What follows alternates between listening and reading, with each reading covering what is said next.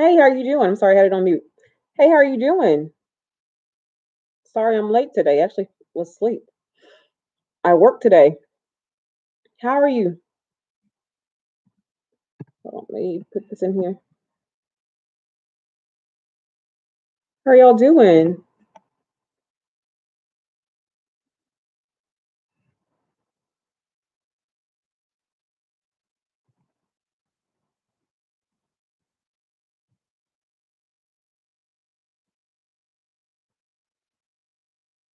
Good. How has everybody's week been? Today I just started working again, so I am tired.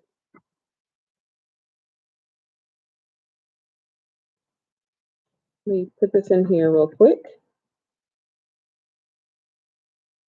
Thank you for joining me. Thank you so much. It's I've been doing this I think for about a month now, I think. And it's been great.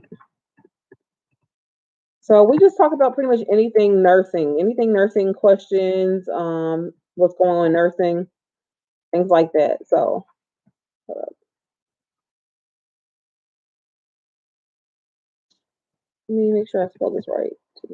Questions. So we are just like I said, the first time or the fourth time, maybe fifth time we're going live. And so I'm just excited to be here and answer your nursing questions and just kind of see what's everybody up to. I'm going to put on here my something I was gonna say. Put on here my TikTok because I go live on TikTok a whole lot more, and we talk about all kinds of things over there as well for people who happen to do TikTok.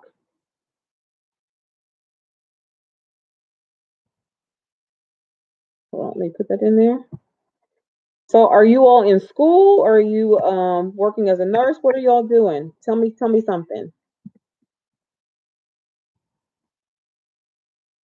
If so, how are y'all handling either school or working with this new variant going on?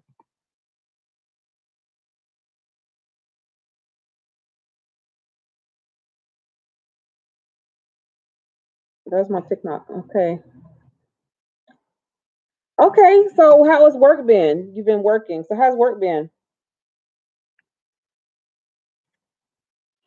So are you working in the hospital? Oh, okay, good. The MSN program. What do you think that you're going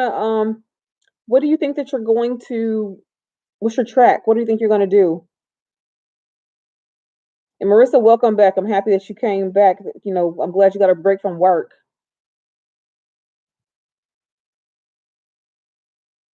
The MSN program. Okay. So oncology, that's definitely a specialized unit right there. Oh, okay, that's good. Gerontology, that's definitely a needed specialty for sure. I have a lot of colleagues that are into geriatrics that take care of those patients. That's great. That's great. I appreciate y'all coming by tonight.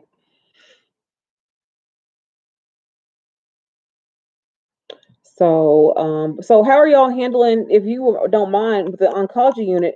How are you handling? Okay, good, good. I'm glad you do. See, I happen to love. Not that I don't love seniors. I love the baby side of it, the beginning, not towards the end. Not that seniors are not okay. I just don't care for the end. So when it comes to the MSN program, okay. So in terms of tips, just know that there's no such thing as a C in terms of a final grade. So you have to make an A or a B in your classes. When it comes to your core classes, you want to make sure that um, I don't know if you have to take advanced patho. If you have to take advanced patho, that's a hard class to take. And if you do take that class, I recommend it taken by itself.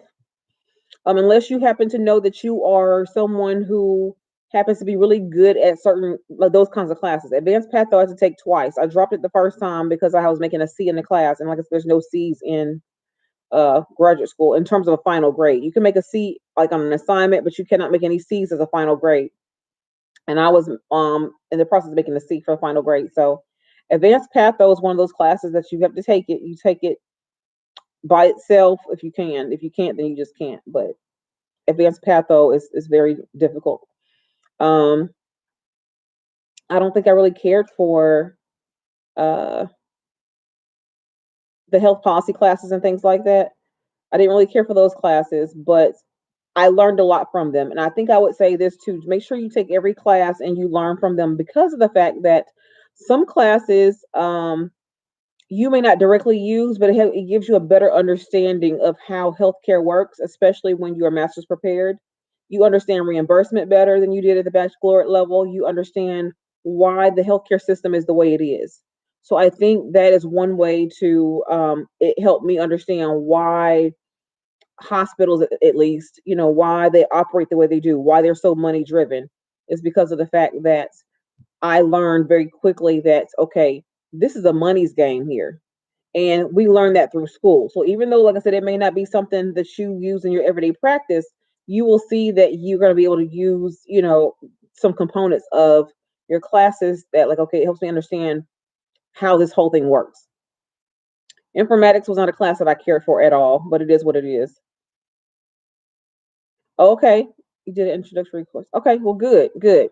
So I think that those are the biggest things, and then to take your time.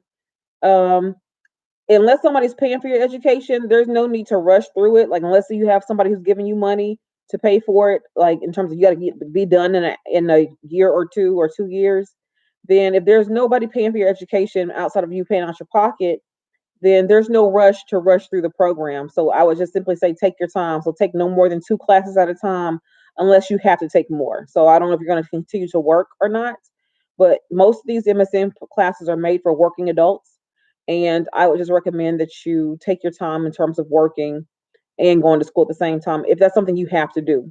Now, if you can take 3 classes at a time, then so be it. But if not, don't push yourself. Just take the 2 classes at a time, 1 to 2 classes at a time, and just keep it moving. And just try to make the highest grades you can make. Okay, so yeah, two classes at a time at the most is good. Again, if you look at your curriculum, if you see that advanced patho is in it, um, I would say take that particular class by itself. I don't care how easy the other classes are, because a lot of them have a lot of papers and stuff tied to them. So I don't really care how easy the other classes are. I would simply just say still just take um, advanced patho by itself if you have to take that class. I understand being nervous, because I was too. I find that when I'm the most nervous, it makes me the most focused, because I'm too afraid to mess up, and I'm too afraid to my I'm just too afraid that I don't want to mess up, and I don't want to lose my money. I don't want to pay all this money for education and then it not work out. So I definitely understand that. Yeah, it costs too much money. School costs too much money, especially if you're paying out of pocket. And then you don't want to waste any time. See, once you get to the master's level, you're at a point then where you're kind of like, I cannot mess up. I have kids depending on me. I have my job depending on me. I'm spending too much money, thousands of dollars in education that usually there's no scholarships for. There's usually no grants for. Usually you either know tuition reimbursement, or you're just paying out of pocket straight out. And so you really can't afford to mess that up. So, and then of course you consider to be advanced practice too. So you're going to be advanced practice. So when you're advanced practice, you're in a situation where people are counting on you to definitely know your stuff. And if you don't know your stuff, they're going to come back at you like, okay, well, why don't you know this?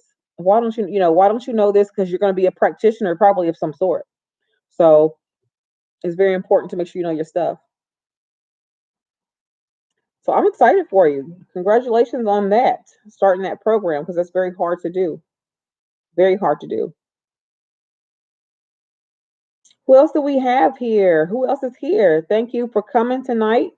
And you're welcome. You're welcome. Thank you for coming tonight and joining me tonight on live. Typically, we talk about like I said, a variety of things. We are talking about, uh, here lately we've been talking a lot about the variant that's been going on. And something I was going to ask you, Miss Powell, was what are you doing for um, when it comes to the variant? How are you protecting yourself when it comes, or the patient, since you do oncology? How are you protecting them, or what is going on with that that particular population of people, because that's something that people don't really talk about much because they're compromised already. So are they making you all get the vaccine because you are taking care of people who really can't? What's going on with that?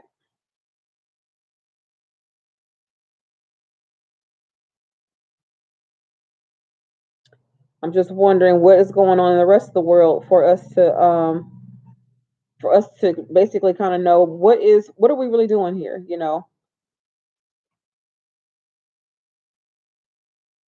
So you said heavy encouraging, but are they actually making you all, like, right now there's a lot of people who are being made to, otherwise they lose their job. Because that's what's going on. A lot of people are beginning to lose their job because of the fact that they're refusing, or if they don't lose their job, they're walking away from their job altogether because they're refusing to get vaccinated for whatever their reasons happen to be. But I just know that's a population of people that I would think they would almost require you to work to get that vaccine to work with that population. But I could be wrong. I'm not well versed when it comes to oncology. Not well versed at all. Army will require.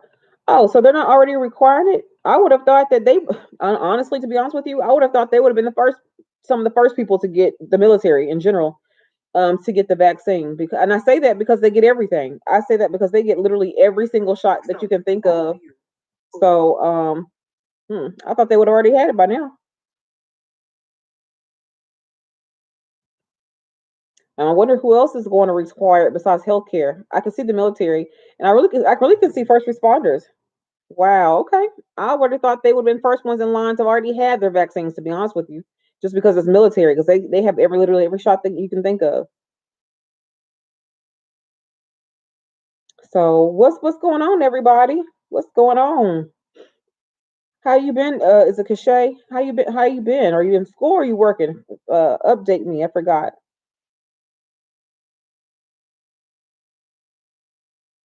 Thank you for joining, whoever just joined.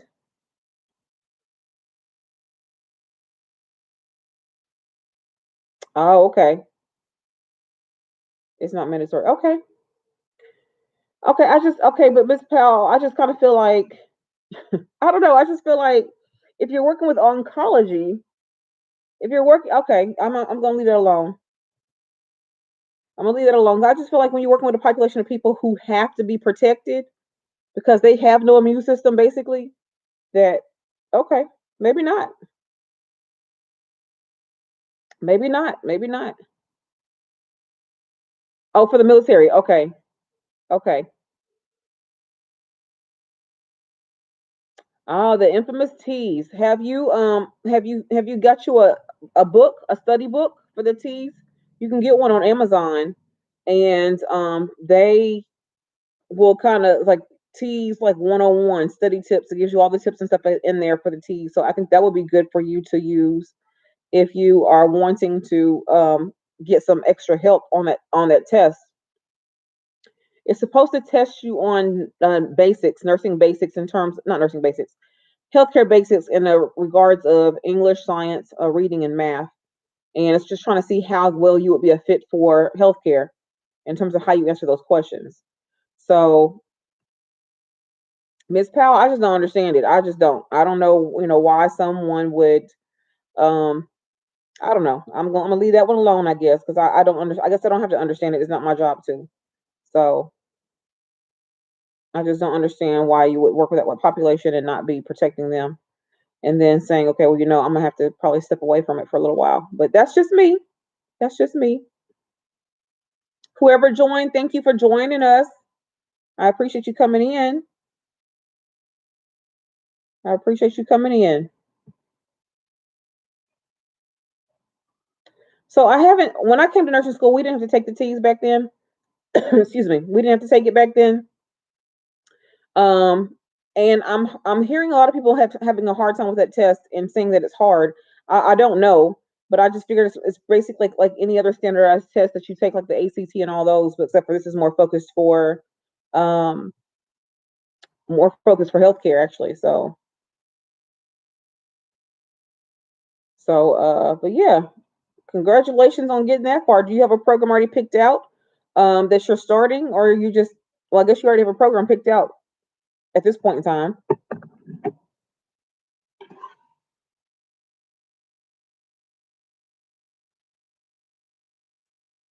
Make sure you check your school's NCLEX pass rates, though. I will say that check your school's NCLEX pass rates when you pick a school, just to make sure that they are actually teaching what they're supposed to teach and that you're going to be successful in the program. You are going to be probably taking the new NCLEX that's coming out in 2023. 70%. Okay. So check your NCLEX pass rate for your school just to make sure that they are making sure their students, do well, because there's a new NCLEX coming out in 2023, and you'll probably be the one who takes the new. Is this for LPN or RN program that you're going to, Cachet? Because if it's for RN program, you're going to be taking the new NCLEX in 2023, unless you're doing an accelerated program.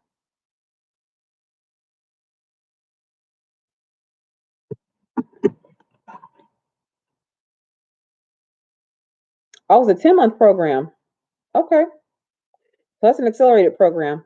Well, then in that case, I don't know if you probably won't be taking the new NCLEX, but in 2023 there's a new NCLEX that comes out. So maybe you'll get out before that NCLEX comes out, because that one's going to be a beast. That one's going to be hard, very hard. I went to part of a seminar today, a conference today on that. I'm going again tomorrow for the rest of it online. That is though. So yeah, okay, good. Hey, it is. Thank you, Nurse Ultron, for coming by. It is a beast. I'm actually doing the Nurse Tim, I think it's called. That's his name, nursetim.com. He has a conference going on right now this weekend on the new NCLEX. And so they're talking about different studying techniques and things like that and what's going to be on the new NCLEX.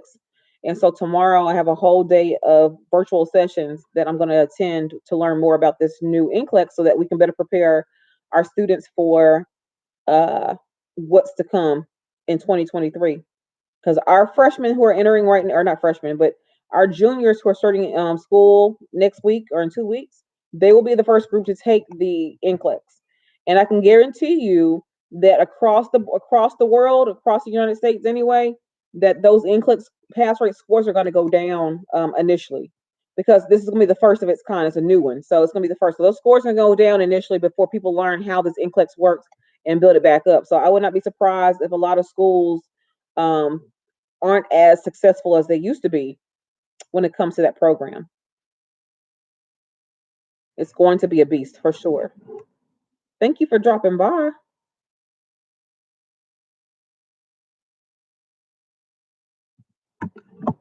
There's Ultron. What you been up to in terms of you been working? Where did you say you work again? Is it ER or was it ICU? Where did you say you worked? I think I was ICU.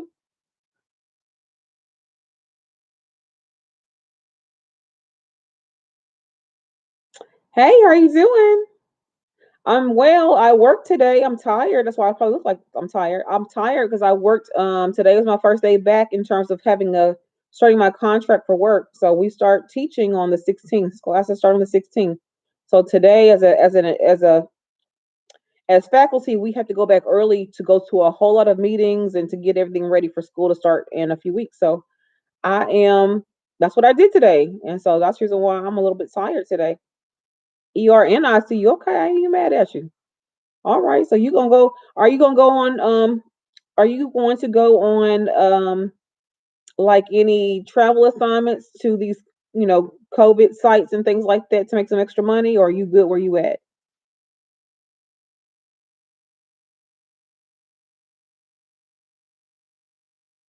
Oh, okay, okay. You making the money then? I'm not even mad at you. You making the money?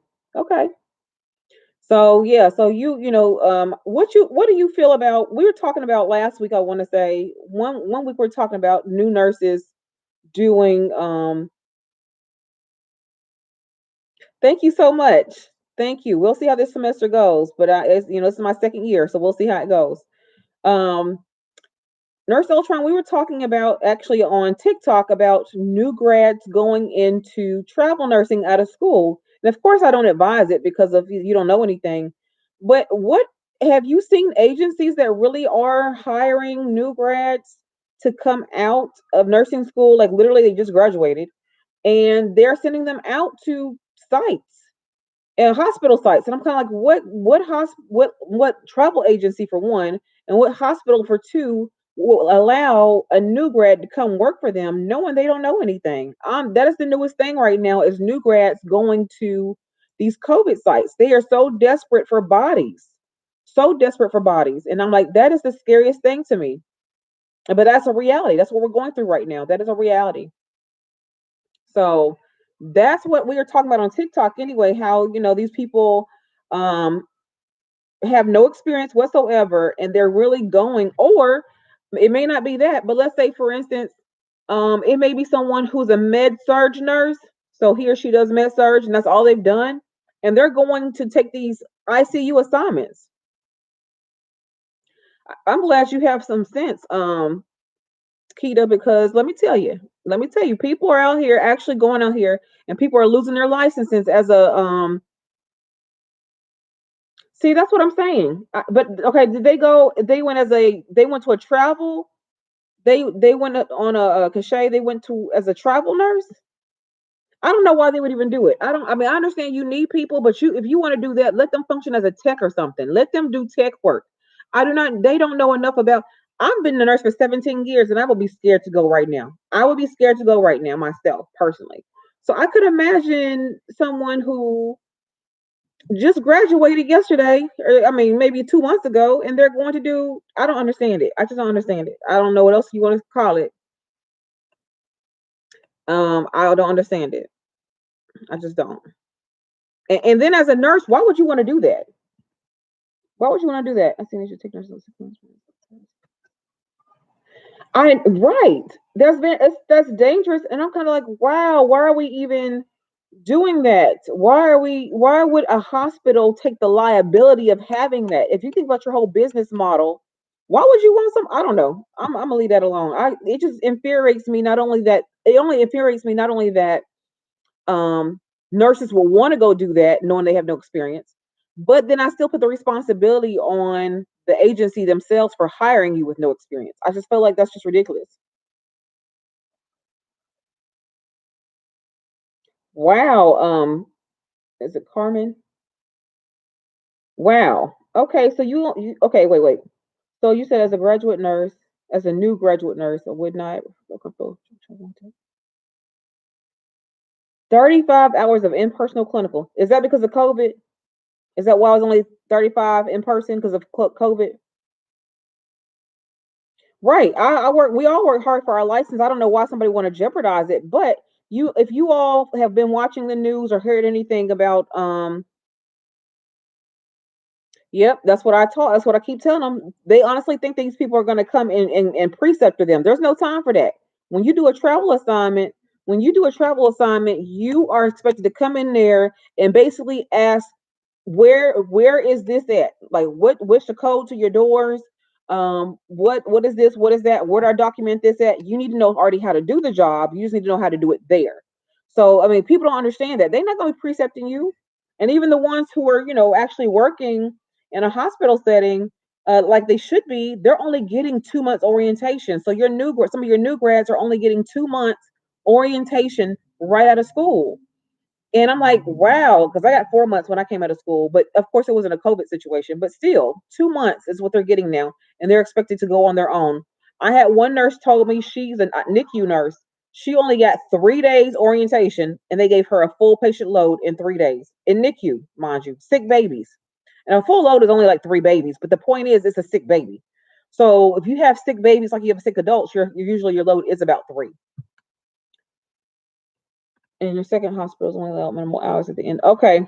So yeah, so COVID impacted you in terms of that. So yeah, I mean, you're learning everything when you get on the floor for the first time, in terms of taking care of patients. I know we didn't have, I think they had 1 semester of actual inpatient clinical. And after that, my last group that just graduated in May, they didn't have clinical the rest of their whole time in a 2-year program. So we had to do a whole lot of simulation. And they were when it comes to the nursing part of it, they knew their nursing stuff, but I could tell you they're really behind when it came to their clinical side. Because when we got our simulation lab up and going this past spring semester, and I start cutting on all the alarms to our like monitor. So you have your oxygen sets, you have your respiratory, your blood pressure, you have all that stuff going, and it has the alarms on it.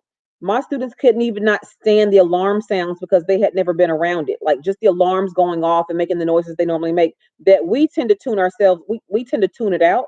It doesn't really bother us. And then we kind of be alerted to when like the alarm sound changes to know either there's something's went up or down, something's wrong. Then we would go face it. So if you're taking care of your patient and maybe you're panging medication and then you hear the alarm go up or down somehow, some way, you turn to see what's going on with your patient. That noise right there bothered my students so bad they could not function for the first like 2 hours because they're like, "Can you please turn the alarms off?" I said, "I cannot turn the alarms off. This is how you learn. This is how you learn." So you said you need a whole year of orientation. You know what? I mean, to be honest, they probably not gonna give it to you, but if you could stretch it for at least 4 to 6 months, then that would be great. Well, are they doing anything? Are they doing anything? Yeah, the sensory overload is exactly what it is.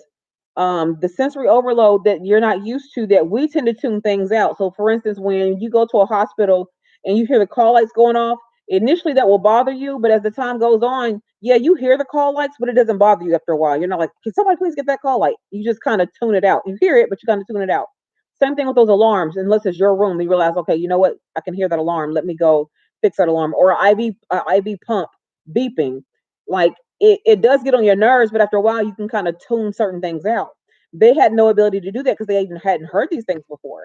They were just frazzled by the sound of the alarms going off when they asked me to cut them off. I said, no, I can't cut them off. I said, because this is kind of how you learn your job. I said, you got to know how to take care of your patient. This is part of it. But they were traumatized by them sounds, and they were so distracted with them they couldn't even hardly do the assessments for the simulation patients, because of the fact that they were having such a hard time with the sounds. So I could imagine how it's going to be. I could really imagine how it's going to be for some of y'all coming out, and I really hope that they really give you all the orientation that you really need and time that you need to ask questions, because of the fact that you can't be rushed. You just really can't be rushed in this process of trying to learn how your job is, especially if you were what I call the COVID nurses. In terms of in nursing school, you have to have some kind of help, and sometimes these nurses are not wanting to help you. So hopefully, you all will get the help that you all need when it comes to the program, and then be okay with whatever the outcome happens to be. So yes,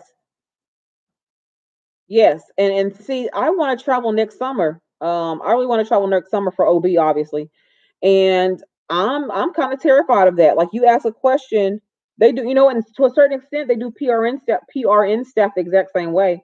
The staff is upset with you because you making more money than them. Then they're also upset with the fact that you end up taking their shifts at our hospital. They end up taking the shifts where, if let's say they need to down what we call down staff somebody, or whatever, you call off somebody, the full-time people get called off first because the travel has been paid to be there, and that makes them mad, which I can understand why. But if the hospital would do its due diligence and make sure that you have staff, you wouldn't have to have so many travel people there. And there's Ultron. I met somebody from California where they have a union out there in California, and she was saying that they are still taking 12 patients, like a 12-to-1 ratio in the ER. And they have a union out there, which the union is supposed to be fighting against stuff like that, but they're taking up to 12 patients at this one hospital in the ER. And I'm not sure what the ER ratio is supposed to be typically, but that's what they're taking out there. Right, the numbers are going back up, and so we are scheduled to go to clinical this fall, but we're already making provisions for simulation to start back up again. And I won't be surprised if we actually start going back to school virtual again, online. So right, but the nurse residency programs, which is true. But before COVID happened, those programs were lasting for 6 months to a year. But now, because they are so short staffed at the hospitals, like literally short staffed at the hospitals, they don't have anybody to precept or train these new graduates. So what they end up doing is they will, kind of how they did us. They will sit there and take you and put you on orientation, or the orientation, take you off orientation for today because we need you as a nurse today. Let's say maybe you 4 months in. Okay, you 4 months in already. You know how to do something at 4 months in. They will take you off orientation, put you on the floor to work as a staff nurse, and for a few days if that's what they need you for, then take you back off orientation again when the staffing is back up to par. So I mean, like nowadays, it's just getting bad out there. Yes, Ms. Blackman, we talked about this too on TikTok. You have to have someone who wants to train. Hey, Mr. Pate, how are you doing?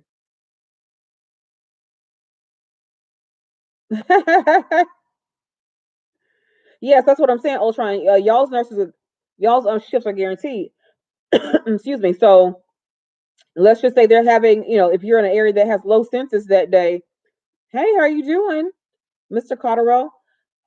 If you're in a situation where it's low that day, then the full time people get called off and you working. And have you been in a situation yet where you don't like it's all like travelers or mostly travelers working that day versus the traveler and a few, staff nurses working that day, or full time people? I am, Mr. Pate. I'm actually just I work today. I started back teaching. Well, not teaching, but we're back on campus today, getting ready to start teaching in a couple of weeks, week and a half, I think. So I've been working today. I'm done. My summers are off. I have no more time off now. I start working every day now, Monday through Friday. So yeah. So basically, that's just kind of what it is right now. It's just rough out here. I'm just hoping that I'm hoping that you all new nurses though are advocates for yourself and speaking up saying no, I cannot come off orientation in a week or 2 weeks. um, there are plenty of nurses, especially LPN programs, that are definitely coming off orientation. They're getting a week orientation and that's it. So I hope it does get better. Definitely working with someone who isn't patient. Yeah, the thing is, Carmen, I will say this: when that happens, you have to be an advocate for yourself. I'm just going to tell you straight up: be an advocate for yourself. Be professional about it, but simply say, you know what? Go ahead and tell them the best way that you learn. For one, if you're someone who's a hands-on kind of person, learn. I need to feel it. I need to touch it. I need to do it. Go ahead and say that up front that I'm a kinesthetic learner. I need to touch it because you have some people who really are trying to teach you, but they're just trying to talk you through it, and they're doing it the whole time. I'm like, okay, you really need to be doing it yourself. Let them put your hands on it or whatever. If they have an IV bag that needs to be spiked and you had did it before, let you spike it and they tell you how to do it so you can kind of feel how that works and how it feels to spike the bag and things like that. Um, and then when COVID came, it was like, okay, 1 to 12. So that's exactly what this other person was telling me. She's a new grad too. Actually, she's not a new grad. She's doing her preceptorship. So the person I'm talking about, she's still in school, graduates in October, but she was doing her preceptorship, and she was saying she was with a nurse that was 1 to 12. Now I don't understand how that could be 1 to 12 when they have a whole union out there. So the union doesn't protect against them having to go over their ratio. I guess that's what confuses me. But what's the point of having a union if you or is it because it's so bad right now because of COVID? That's why it is. I don't know. Yeah, they're and I mean honestly, I mean, I see both sides of it. I'm not even gonna lie, Miss Blackman. I see both sides of it. I see where I would be a little salty too, you walking up in here in my hospital. Now, mind you, I like if we need help, I'm happy you here, but I'm getting $30 an hour and you getting $70 an hour to do the exact same job, and then I got to show you some stuff too. I got to show you how to do this. Okay, document it here. I got to show you all this stuff. It does kind of make you a little salty. So I definitely understand why the travel nurses feel that way. I mean, the staff nurses feel that way. But you know what? You can't blame the travel people. You blame your hospital, your management. Why can't you keep anybody? We do know we need travel nurses when you have an influx in like your census or something like that. But in situations where you can't keep anybody and you have to have travel nurses, That's saying something about your facility. So why is it that we can't keep anybody? That's who we need to be blaming is the management. What's this thing I'm hearing about the Delta? The Delta variant is a new is basically a cousin of COVID, but this cousin is more contagious than COVID. The other COVID, it's more so that's why children are getting sick and dying from it now. It's highly contagious, and as you can see, the numbers are back up again. And we are still having these events. When I say events, I mean we're having still um the world is living like it normally was living. So like for instance, I'm not sure where it's located, but there's a big bikers rally, a big biker event somewhere here in the United States. I saw it on the news today where they're having like 700,000 bikers come to this area. So when you have those super spreader events like that where nobody's wearing masks, people are or are not vaccinated. Because keep in mind, just because you're vaccinated don't mean you can't get and or spread the virus. Um, but it just kind of helps protect you more so than not having the vaccination at all. So we have all these things that's going on right now where people said they're still doing what they want to do out here, living life and spreading this virus. So you're welcome, Carmen. Yeah, I'm that type too. Most of us happen to learn or prefer the kinesthetic way, meaning that okay, yeah, you could tell me all day about how to do it, but I got to do it myself. I got to touch it. So I definitely understand that. Just be able to speak up for yourself and advocate for yourself. And if he or she happens to not be a great, if he or she happens to not be a great um preceptor for you, respectfully ask for another one because this is your your license, especially if they're gonna put you on your own. For travelers running the entire wow. Typical travel space. Now see, this is what they do. This is what they do. So now they done sit there and people up here like, okay, I might as well. You gonna pay me 20, $30 an hour to do the same job, and and then somebody up here making 90 to $100 an hour to do the same job. I don't blame them. I would have left and did the same thing if I got to do all that. Yeah, Delta, Gamma, and there's one called Lambda as well. I'm in Miami, and it's oh, I believe you. I believe because Florida was one of those states that it didn't really shut down that great. I would say because you remember like during the summer or when the beaches were open or something was going on earlier, or maybe last year I want to say yeah, Florida as a whole didn't really comply with a lot of the things that was going on in terms of trying to protect people, and their numbers are definitely back up again. Our numbers here are back up. You said Atlanta never closed. See, that's what I'm saying. We are so consumed with the money aspect of whatever we're bringing money in that we don't care. Ah, the unit's been okay. Okay. In the hallway. So the stuff we seen on TV is real. You said the beds are in the hallway. Wow. So waiting 2 to 5 days, and on the average situation, in 2 to 5 days, you out the hospital. Wow. Okay. So I was trying to come to Florida. I guess I ain't gonna come down there then. I guess I'm not gonna come to Florida since some of them acting up down there. When the troubles came, they seemed. Mm-hmm. I don't blame them. They need to pay their staff nurses right. You up here paying them pennies on a dollar, but yet somehow you have money. Or what they do is, you said we hard headed. I think the whole U.S. in certain pockets is hard headed. We just opened back up. They told us that we can take off our mask. We living our life. We going to concerts and doing all these big events. Here in Nashville, we're having the Grand Prix or what? It's a race thing, I guess. We're having the Grand Prix here this weekend. So I mean, it's like you have to make a decision that no, I'm not going to be a part of that, or I'm at least going to put my mask back on if I am.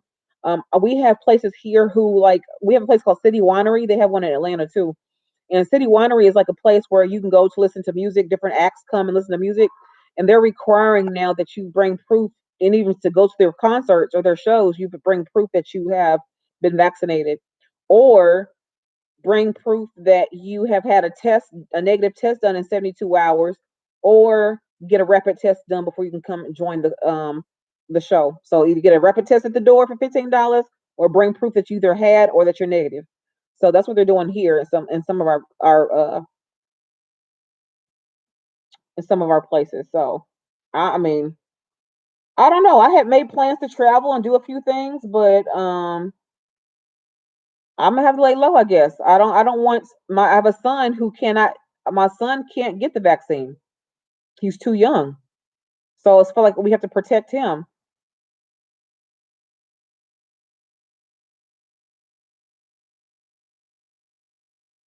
Okay, so but I still think in Florida, I think you all let me look at the statistics. I think in Florida you all rank higher than what we rank, or maybe not. Let me see. In terms of who is protected and who is not. Yep, that was huge. And I think so the Lollapalooza, that right there was I think they said they had 500 people get COVID from that event.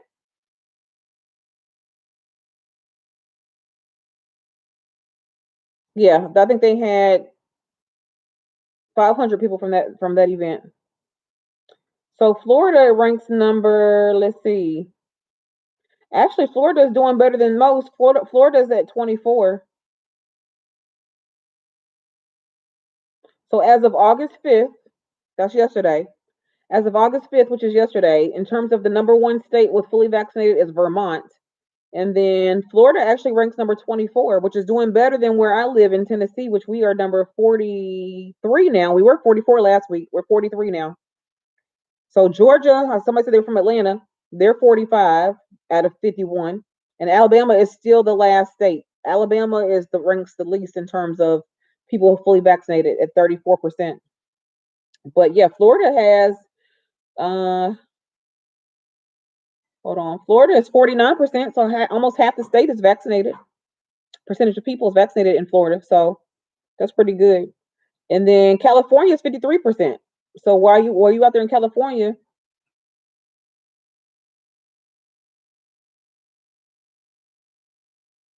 Yeah, wow, okay. So you traveling, Nurse Ultron, you traveling making big money then.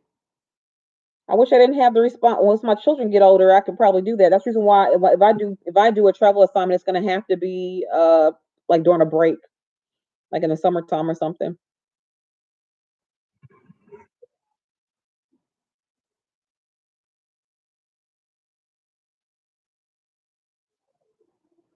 So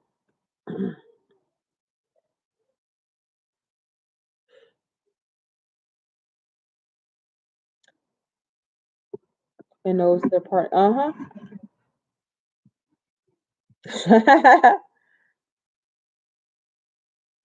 Florida, I mean, I just think it's getting bad everywhere, especially here in the South. We always trying to do something. In some of these states that they're not requiring, like even for my son's school, they're not requiring my boys' school, they're not requiring them to wear masks at all. And I'm kind of like, okay, do y'all not know what's going on? And kids are dying now of the Delta variant. So I'm like, why are y'all not requiring the students to at least wear a mask? Let's do prevention. That's what I don't understand. Like, let's do prevention, at least as much prevention as we can do. Why do we have to wait till the numbers go up then say let's put masks on? That's exactly what they're doing here. Like they want to wait till the numbers go up and so let's put masks on now. Let's not. Let's go ahead and be preventative instead of let's be proactive instead of reactive. That's what I always say. Let's be proactive instead of reactive. So I mean, I don't know. I don't know. I don't know. How's work going for everybody else though? This is what makes me not miss bedside nursing. I don't miss it at all. I don't miss it. I don't miss it.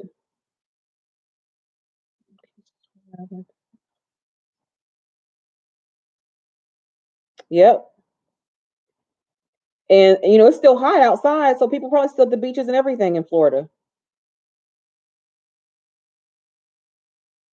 Right, right. Keita, you're exactly right. I mean, I just don't know why we are just so I don't know. I don't know.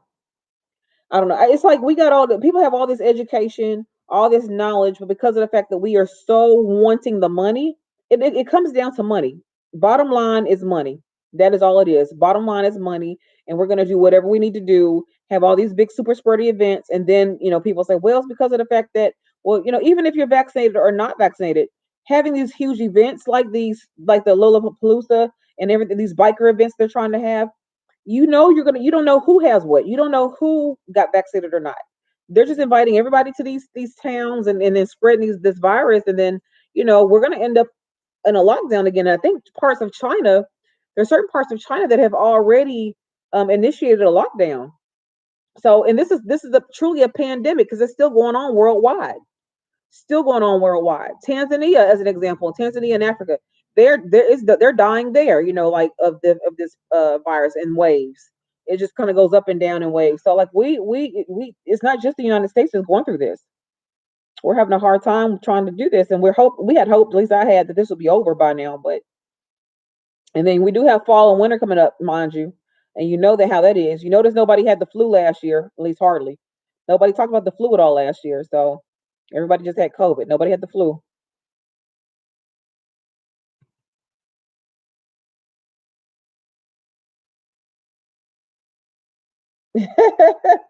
No, I think the honor system went away when we was in elementary school. When all of us was in elementary school, we outgrew that, I guess, because no, you can't trust anybody anymore. 9K a week. Let me tell you something. And see, them numbers right there is the reason why people who don't have no experience, you know what you could do with 9,000. I mean, of course you know what you could do with 9,000 a week, but I'm just saying, it's that right there is why people with no experience are coming out of the woodworks trying to um go do something they know nothing about. Mr. Pate said, "What?" He said he may sign up for something, get that 9K a week. I'm a med surg experience as required, but you think focusing. Okay, so Carmen, tell me first, are you in just because of the comments, are you in school or are you already working somewhere?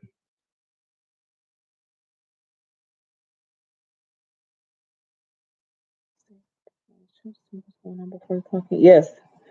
Oh my gosh. Miss Blackman, I said just that the other day. I had said exactly that the other day. One day I had just made a decision. I said, let me go down here and see what's going on the floor before I clock in. Um, because you graduated and took an NCLEX. Are you looking for jobs? Okay, so where you live at, are they requiring you to do med surge first? Because if not, then go apply for OB if that's what you want to do, and they will hire you and train you out of school if that's what they're going to do. If they require med surge first, then go do it. But if not, go straight to OB. And let's say, for instance, I don't know what area OB you want to work, but let's just say, for instance, they're only hiring for nursery right now, but you wanted to do labor and delivery. Take the nursery position because that gives you a foot in the door, and then train there, and then keep on letting the manager know, hey, I would like to go ahead and cross train into labor and delivery, and at some point they will move you over there and train you over there. So even if it's not where you want to be in that area, so if you want to do labor and delivery, they only have a postpartum or a nursery opening, take it, because it's very hard to get into OB to begin with, and especially without experience. So if they're saying, okay, we'll take you with no experience in the nursery, take it. And they said, we'll take you with no experience as a NICU nurse, take it. May not be what you want to do, but take it so that you can have a foot in the door. So when a position opens up in one of those other areas, you've already talked to the manager, you can go ahead and tell her that that's what you want to do. You want to move over into L&D. But if that's not the case for you, where if you have to do med surge first, then just if you're at a hospital that you want to do OB at, then definitely get to know the manager while you're working your med surge and say, hey, I'm doing my 2 years of med surge or whatever it requires. Can you is there any position come open? Can you hire me from here, transfer? And a lot of times they will hire from within the hospital before they hire from outside the hospital. So definitely just do it that way, one way or the other. You said Mr. Pace said he gonna get him a hospital, get him some scrubs. um oh, sorry. Sorry. Okay, so no matter, okay, Mr. Pace, so no matter what area you want to go to, so let's say, for instance, and Mr. Pate, remind me again, are you in school or are you done with school? Because if you're in school, I have a different advice for you. But for Carmen, she is out of school. So in her situation, she would need to go, you're in school. Okay. So I don't know the area you want to work in, but let's just say you wanted to work in ICU, critical care. So, or ER. When those rotations come up, so let's just say if this is only if you actually have clinical. If you don't have clinical, then you go back to the same recommendation I told Carmen. If you don't have clinical, but if you do have clinical, what I would say is you need to, when that rotation comes up, so let's just pretend this semester that you're going to go to ICU because maybe that's where you want to go. This is your time to shine, Mr. Pate. So then what you would do is, for one, let your instructor know this is what I really want to do. I really want to be an ICU nurse or whatever nurse you want to be. I want to be an ICU nurse, and just kind of let them know that, and make sure you're eager to learn. So there's things that maybe you want to see. Your instructor may come show you, hey, this is one right here. This is what I do. I personally, if somebody's told me they want to be an OB nurse, I give them some of the hardest patients, not because of the fact that they want the hardest patients, because of the fact that they need to see how it really is. Number one, so I kind of like, okay, here's your OJT, on the job training, to see that's what you really want to do. Number two, I connect them with a nurse. I say, okay, see this nurse right here, she's a good nurse. Watch what she does. I'll have them shadow her for a few hours or whatever it happens to be, and then she'll get to know that particular nurse. Then when management comes around, I will introduce them to management if I see them. I will introduce them to management and say, hey, this is someone who's wanting to work in this particular area. And then I will connect them to, and after that, it's on the student's job to do what he or she needs to do. But connect the two. And if your instructor is not that great with doing that, then you take the lead and do that. Simply tell your instructor, I want to be an ICU nurse. This is where I think I want to be. I think I want to work at this hospital. This would be great for me. If they don't take the initiative for you, then you take the initiative and meet some of the nurses, especially if there are other male nurses there. Meet the nurses and kind of get the ins and outs and get a name, things like that, and just kind of get in cahoots with him or her. And as you go through that clinical rotation, every week you go see these people and like, hey, how are you doing? Go meet the manager. Hey, my name is Mr. Pate. I'm here. I'm doing clinicals, and I'm enjoying this rotation. This is where I think I want to work when I come out of school.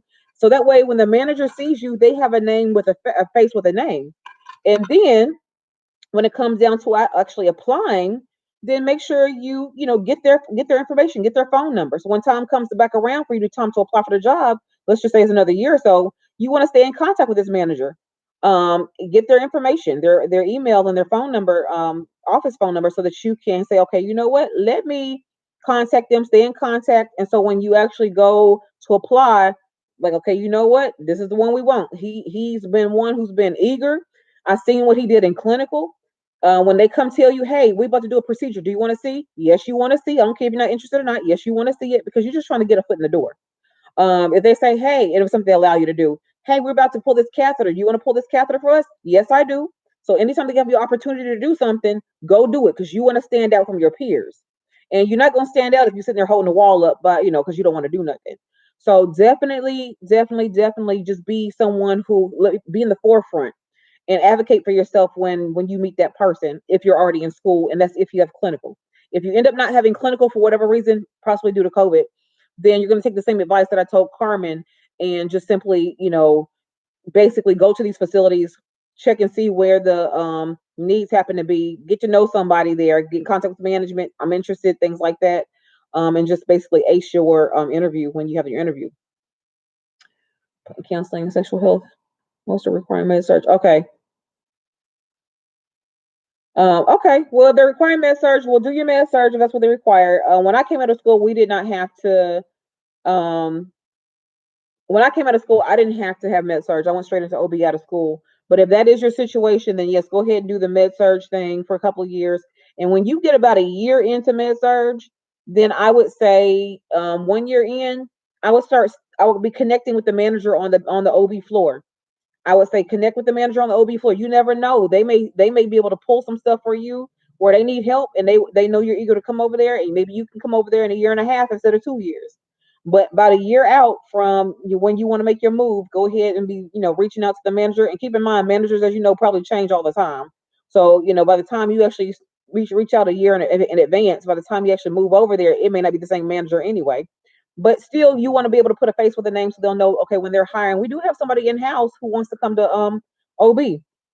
And like I said, still take the same job. Like I said, even if you want to do L&D, but nursery is open, take the nursery position, get yourself a foot in the door, then move over to L&D or whatever you wanted to do at the end of the day. So that way you can get in there. Possibly becoming a mental. Yes, in terms of mental health. Now, I'm gonna go ahead and say with mental health, I feel like you can just get a job because mental health, you can get a job pretty much out of school in mental health. At least back when I was in school, we could get jobs in mental health right out of school. So, I mean, yes, but I feel like you can just get a job out of school anyway if you're wanting to do that. But when you do your mental health rotation, if you happen to be going to a facility that you think you want to work at, do the exact same thing. Let your instructor know, hey, I want to be a mental health nurse. This is what I really want to do. And if he or she is taking an interest in you in terms of you as students, they say, okay, you know what? Let me connect you with some people, or let me find you some interesting, cases or patients to just kind of see after. And then as you are, interacting with nurses, during your rotation at the facility, then kind of get to watch and see who seems to be a good nurse, and the ones that are good nurses, you want to gravitate towards them.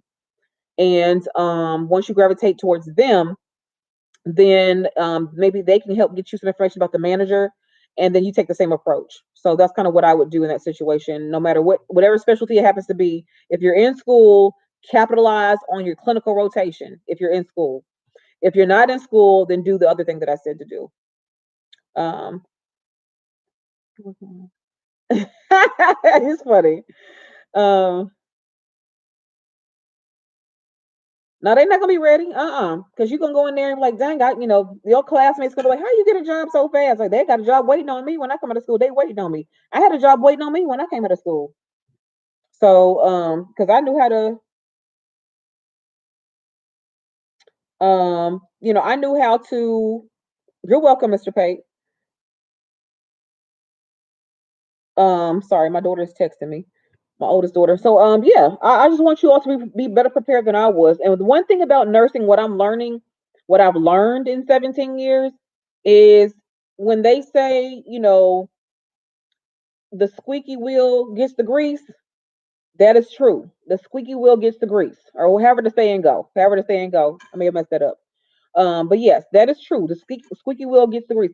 If you are assertive, I don't mean unprofessional, I mean rude, but if you are assertive, um, that's what you need to be. So if you're somebody who's typically quiet and reserved, when you are wanting that particular job, you go after it. You go after it. Especially if you are doing clinicals at the same place that you want to be, or the area you want to be, and you happen to like it, you have to be assertive and go for what you know. And again, that doesn't mean being unprofessional or being rude, but you want to go for what you know and try to get your job, because that's exactly what I would do. That's what I tell everybody. Like, and I've actually had plenty of students that I was teaching at the moment. Um, yes, it does leadership, and it doesn't mean, because some people think when you're assertive, it means that you're being rude or unprofessional. Nope, it doesn't mean that. Excuse me. Um, yeah, Carmen's right. They're gonna see how ready you are, and of course, we all put on our best foot forward when we're trying to impress somebody, because we're trying to get a job. Just like you don't go to your interview cursing nobody out, but then by the time you done got the job, you spoke somebody out. We all do our try to put our best foot forward. So that is your time to shine. You definitely want to utilize your clinical rotations again if you actually have clinical, and hopefully you'll have a good instructor, because if you have a good instructor, he or she could connect you with the person. You couldn't, like, the name of the person is this. Go do this. If they have a good, they can coach you too. That's kind of what their job is supposed to do, kind of guide you in terms of what you want to do. Instead of MP teachment. Oh my gosh, you know what you would Okay, mental health. Okay, they need people in mental health. Every institution I know needs somebody to teach the specialties: mental health, OB, critical care, ER. They need people to teach the peds. You will always find a job teaching that, because people, especially, so if you happen to love mental health and that's your thing, go for it. Go for it, because that's what we need. All of that. We need all of that. So yeah, you'll do great.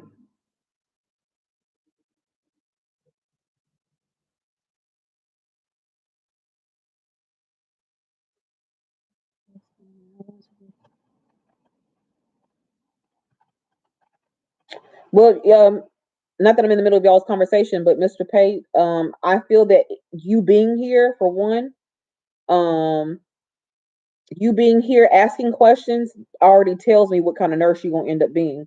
And I say that in a positive way because there's so many people nowadays who they're not receptive to anybody giving them any kind of information because they already know it all or they act like they know it all. And when you come in saying that, you know what, I want to learn, teach me all, that's why I love doing this. I'm doing this for free. I don't get paid to do any of this. You see what I'm saying? I mean, I have a job, but I'm just saying, I want us to have more nurses out here who really are here for the right reasons. And we're here to, take care of our patients, or educate our patients, whatever it happens to be, and that you get the right fit for where you want to be. If you're wanting to be an OB or wanting to be in mental health or ER, ICU, you want to travel one day, okay, nothing wrong with going out there making that money. People think I'm discouraging making the money. No, go make the money, but make the money after you get the experience first. Be able to actually do something before you go out there. Um, Because people out here up here, either you're gonna heal or you're gonna kill. I don't know, somebody said that last week. You're gonna heal or you're gonna kill. And we don't need nobody killing nobody. Be mindful. We have a nurse here, or she's not licensed anymore here in Tennessee, who, if you're familiar with the story, she ended up killing a patient, and she's now, after 4 years, she just had her trial, and she has lost her license in all 50 states, so she cannot go anywhere in the United States and work as a registered nurse because of the incident that happened here in where I live here in Nashville, Tennessee, at Vanderbilt. So be mindful. There is no rush. Go learn what you need to learn, and then go out there and do what you want to do. Learn, ask questions because this is your license. And I always tell people, either your job, you want your job or do you want your license, which is more important? And hands down, all the time, your license is always more important. You can go get a job across the street today. If you get fired today from one job, you can get another job today and be working tomorrow, excuse me, or later that week. So don't you ever worry about your jobs. Worry about your license.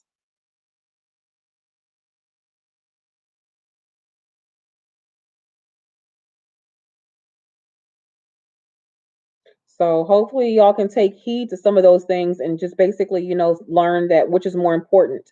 The money will always be there. You want to learn how to take care of your patients.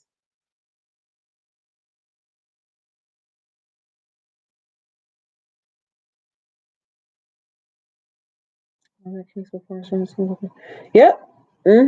Keep that case in the back of your head. Yes. So anytime you feel like I'm gonna take a shortcut, especially with medications, think about her. And just think about her. She, like I said, she lost her license. She had a new grad that she was training at the time. She was going like a float nurse where she kind of float departments, helping, doing this, that, and the other, and basically gave the wrong medication.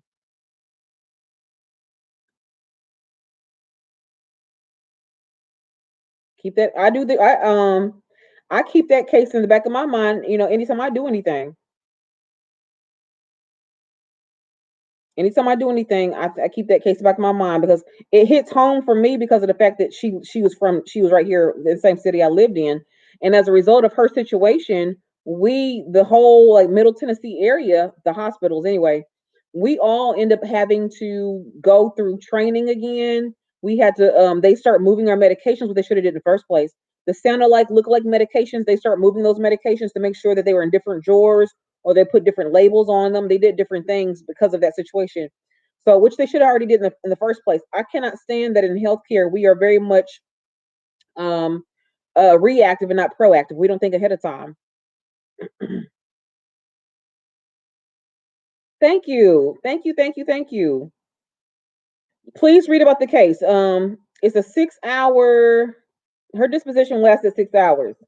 And people, sat and listened to the whole thing. I didn't listen to the whole thing. I know bits and pieces because I live here, and before it got big, before the whole world knew about it, um, we knew about it here, and we knew about it when it happened. So it happened in 2017. It happened in 2017.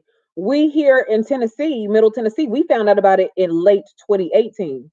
So, and then the rest of the world didn't find out till that year or later. So we found out about the situation in 2018.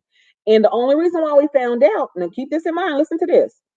The only reason why we found out is because Medicare, Medicaid, one of them, I don't know which one, you have to look at the disposition to see, did an audit. And why this is the reason why somebody was asking me about the MSN program, why I think she may be gone by now. But the person who's asking about the MSN program, it helps you understand things when you get your master's degree as to how the money part works. So basically, what they did was Medicare, Medicaid, one of the two, did an audit, and what they do is they were trying to figure out why is it for this particular procedure that this patient was getting done, did she need this kind of medication? And that's what that red flag right there. Why would you need a paralytic to go in a to get a CAT scan done or something like that? I think she had a CAT scan or she had an MRI.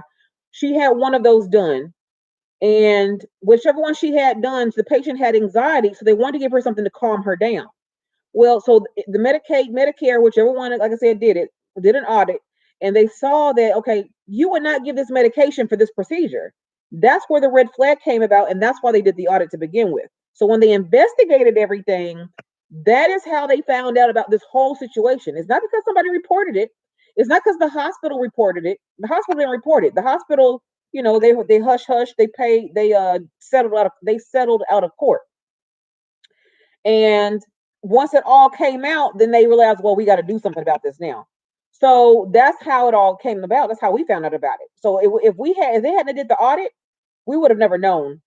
The world would have never known how this whole thing took place. That they settled out of court, the whole nine. What happened? We would have never known any of that. And so, as a result of all that, that's kind of why it's important for you to know um, what you're doing and why you're doing it. That's why I'm so fearful of new grads. I keep going back to that, but new grads traveling or doing something they have no business doing with no experience. Like, how do you do that? How can you possibly do that with no experience? And then you go out here and make a mistake. This particular nurse who did this, she's been a nurse for a while. She's an experienced nurse, so this goes to tell you, even experienced nurses make mistakes.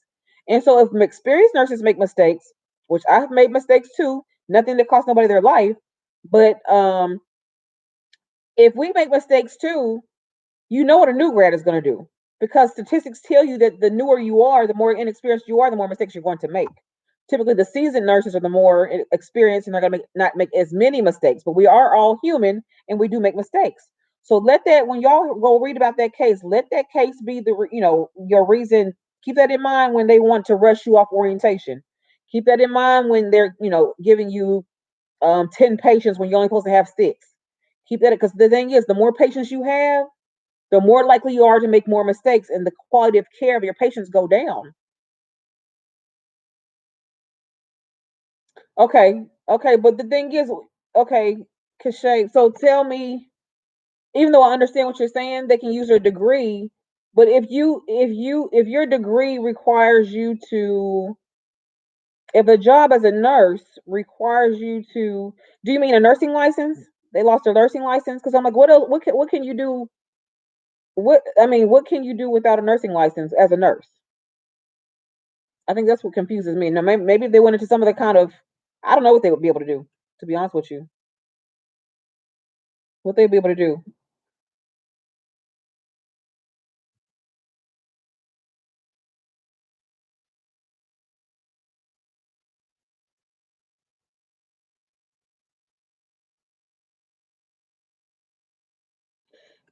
So that confuses me. What can you possibly do with a license, without a license, but you have the degree? Like, what good is the degree?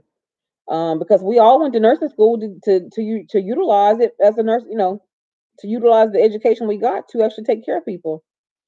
The ones who actually want to practice as a nurse. So I don't know, but yeah, let that be your guide, because I'm telling you, oh, case management.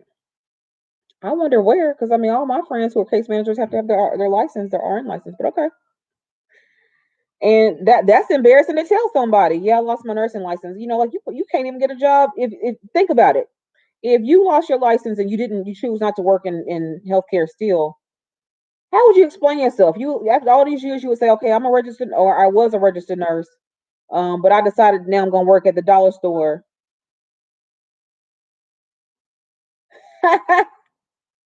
You know what? That's what I was about to say. Go to a small town, go to a dollar store or something like that. But they might not hire you either once they find out that you like why'd you lose your nursing license?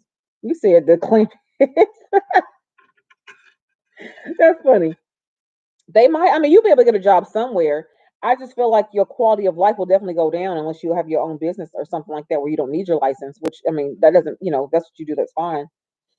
But yeah, I mean, it's a sad situation. It's a really sad situation. So I want y'all to be mindful. The ones, new ones are coming out, and even the ones who still have your license and working. That we need to think about that every day when we want to take shortcuts on things. We want to think about, okay, you know what? Let me slow down. Let me slow down. I'd rather have the patient be mad at me because I'm running a little behind than for something to happen to my patient. So definitely keep that in mind. Keep that in mind when you're taking care of your patients because it's scary out here. It's scary and it's getting scarier because guess what? You all gonna be the ones who have to train the new people, and you're only 6 months out of school yourself. That happens a lot too, where you're gonna be the one who's training the new person, and you only been a nurse for 6 months yourself. Oh, I see what you're saying. You just have to have a degree in healthcare or social science. Okay, so I can use my psychology degree as an example, and I get it. Okay, that makes sense. I can use my psychology degree and go work in that particular area. I got you. Well, if that works for them, that's good for them. That's good for them. But I mean, I feel bad that they lost their license. But like, what do is we work so hard for those licenses, y'all. Right? It's a loophole. We work so hard for those licenses. I just the thought of losing it. Losing my license is my livelihood. Um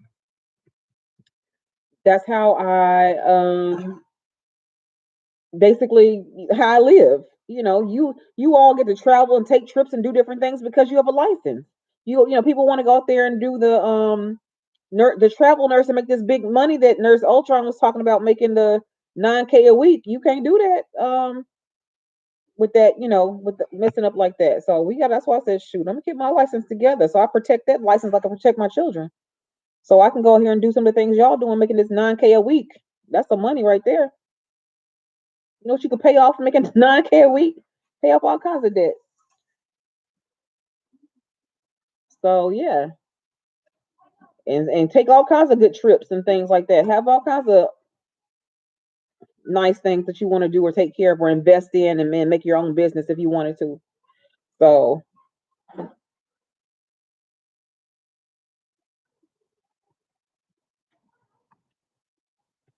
yeah. All right, y'all. What else is going on with y'all? Or what else y'all want to talk about?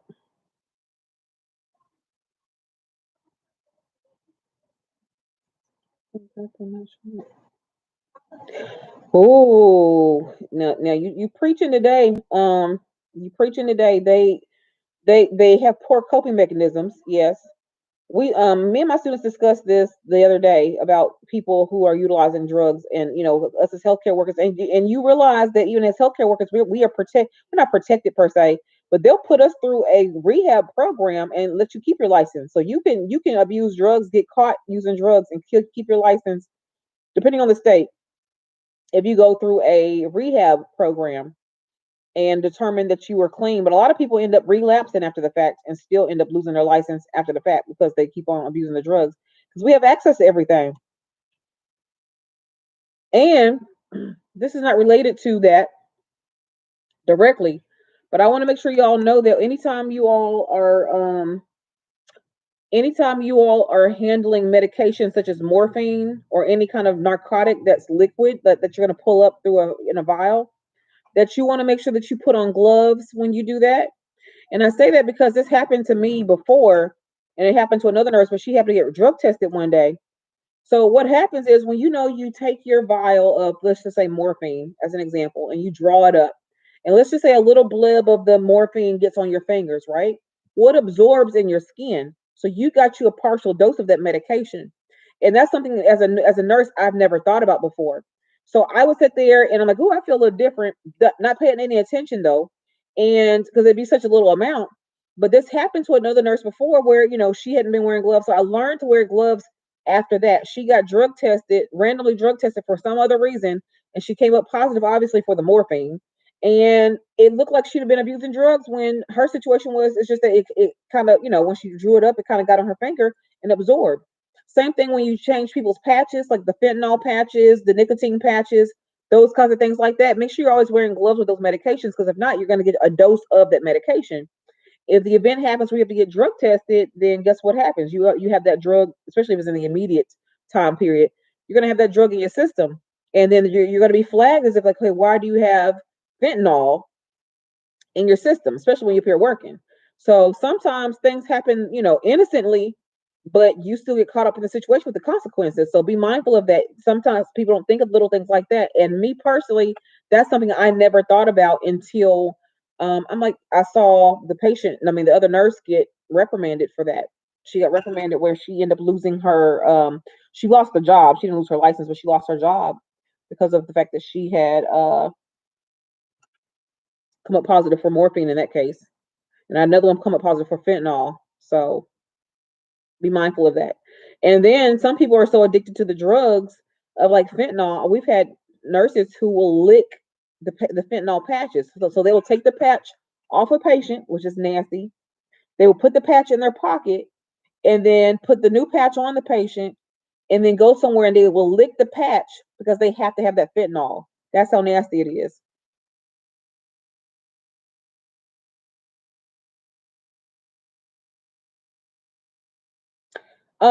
You have to, for one, you have to forgive yourself up front and let yourself know that you're going to make mistakes, but you're going to minimize those mistakes. And when it comes to your anxiety, you're just going to have to say to myself, it's going to take me longer the first few times than it does with, as I get better at this.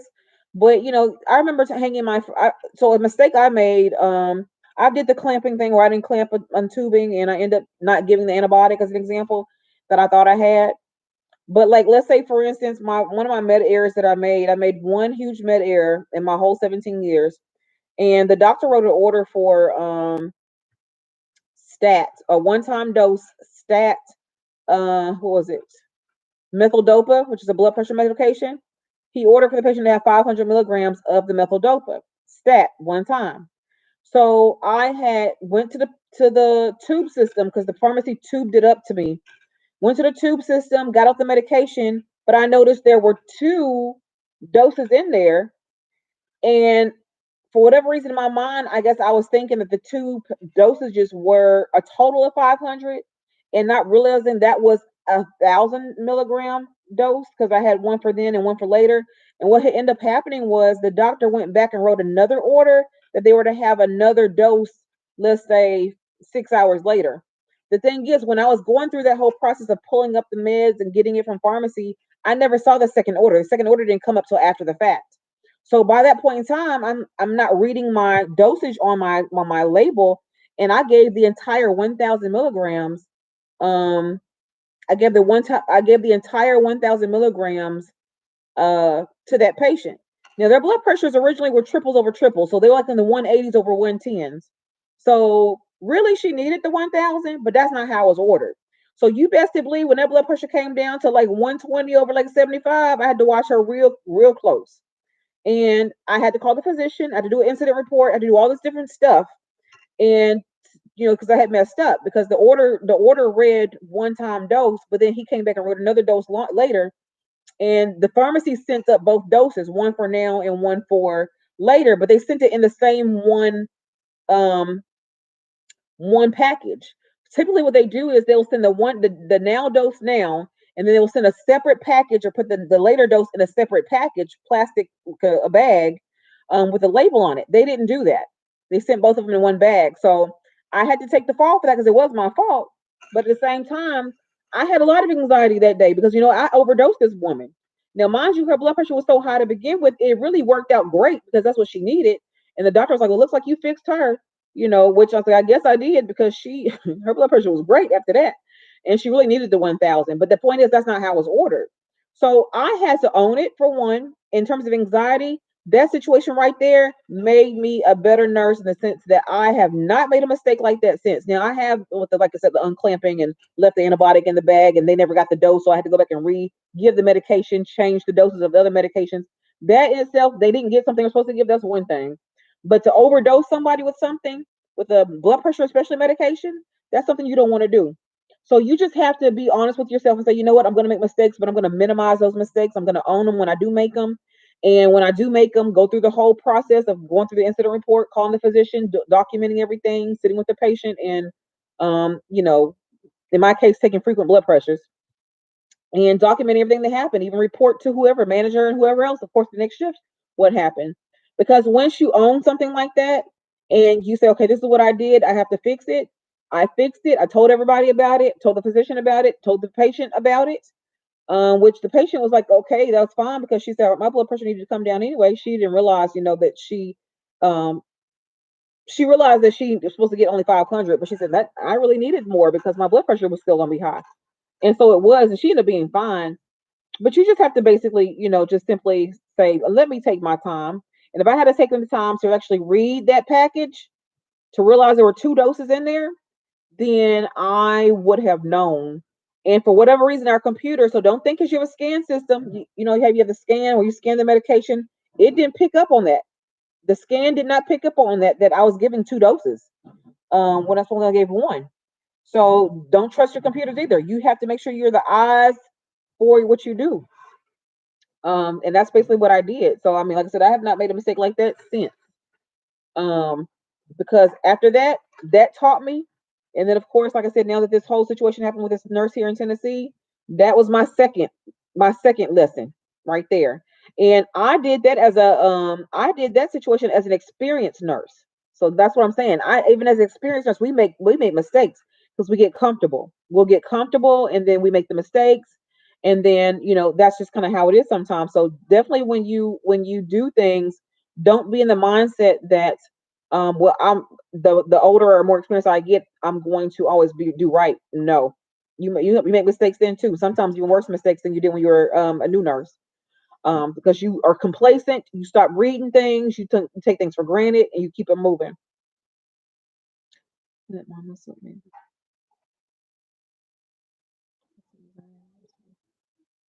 You're gonna be fine. You're gonna be fine. Like I said, until you get comfortable, don't. My biggest thing is don't let anybody rush you. You're gonna sit there and have preceptors who may or may not want to precept you like you should be precepted, and they may be huffing and puffing and sighing and carrying on. You just have to, take it in that this is my license. I'm worried about. This is my license that I'm focused on. This is my license because they'll sit there and say, "Hurry up! You're taking too long. It shouldn't take this long." They'll have this passive aggressive way of telling you you're taking too long. No, you know what? I'm taking enough time to make sure that I give the medication um to the right person, the right dose, the right route, all your rights. Yes, it's important. And that's one thing that I don't like is when people are not accountable for their actions. I made a mistake. I had to call, 50,000 people and do all kinds of things and watch the patient. And I mean, it wasn't a good story to tell. It wasn't a good story to tell somebody. But at the same time, I wanted, we have to make sure that, okay, let me own my faults. And when you own your faults, you feel better about yourself because you don't feel as guilty. Well, I admitted I did it. I admitted I did it. I did everything to correct the situation. I did all the paperwork I had to do. And believe me, once you go through that situation once, you're gonna be like, okay, you know what? I can't keep doing this. I just can't keep doing this. So once you go through it once, you'll be like, okay, let me get it together. Let me slow down. And that, like, for me, that was an eye opener for me that I'm moving too fast. Let me slow down. Let me slow down. At least when I'm doing my medications, let me slow down. So that's kind of how I kind of think of that. So yeah, you will be fine. Just, like I said, I'm not saying you won't make any mistakes. I won't say that. I won't lie to you because you will. But hopefully they will not be anything detrimental. And keep that nurse that we just been talking about in mind when you do things. When you feel like I'm moving too fast, and think about her. She cannot practice in all 50 states because of this one incident. And so I know another nurse who came. Yes, it does. Well, I don't know. The nurse who do you mean in this, like, in terms of it does. It does, no matter how you look at it, it does play a part. I'm not gonna lie to you, Kishay. It does play a part. And it depends on what you did and where. Let's say, for instance, you was in Atlanta, where it's heavily African American anyway. It may not go that same way as it went if you were somewhere where there's only 2% black in that area. Now, this nurse who did what she did here in Tennessee, she was white. Um, but they sure made an example out of her. They sure made an example out of her. So it just depends on where you're at. But yeah, I do. I do think it plays a part. They'll either change positions or I mean, and it may not be something bad. I mean, it's something bad, but it may not be something as bad. So, like for instance, what I did as an example, when I messed up with the medication, um, when I messed up with the medication, I didn't get wrote up by anybody. I mean, for me, the mess up was bad enough by the fact that I gave too much of the medication. But I had been there for like 10 or 11 years at that point in time, so they don't know. I know they don't know how I don't have a habit of doing stuff like that. But let's say, for instance, somebody else did the exact same thing, and they I get wrote up for it, but they do it and nothing happens to them. But I get wrote up because I'm black. They do stuff like that. Yeah, they do.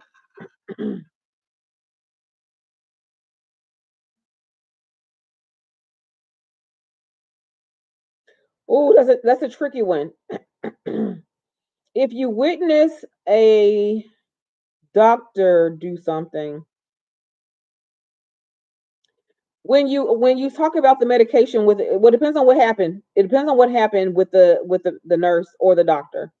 With a doctor, you would have to report that to your manager for them to even do anything about that. I don't know. If the doctor tells you to do something, so let's say, for instance, a doctor tells you to do something that you like, I don't feel comfortable doing that.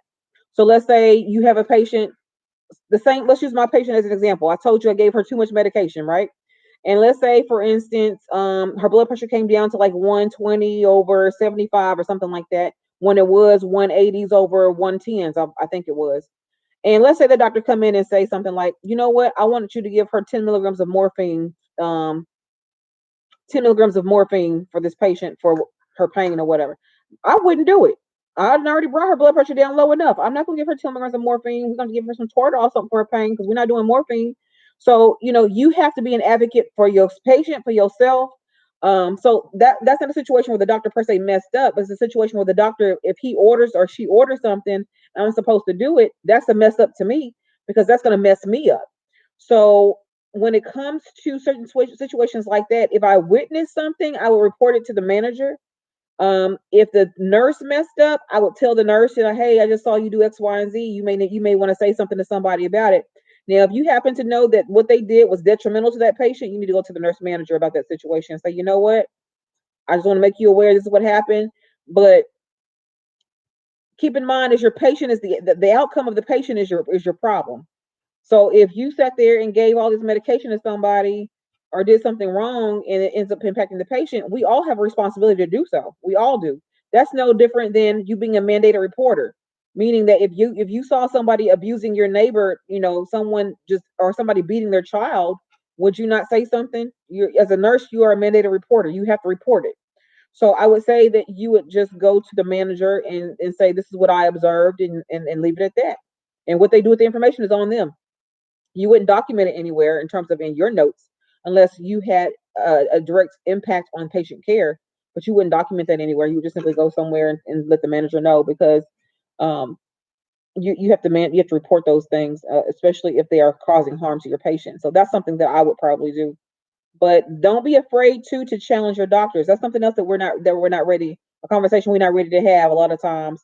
Some people are not wanting to. Well, he or she is the doctor. That means they have to know. That means they're the expert. No, because the same way you starting off, Mr. Pate, as a new nurse, some of them people starting off as a new doctor. They don't know nothing. You don't know that. You don't know nothing. Y'all are learning, okay?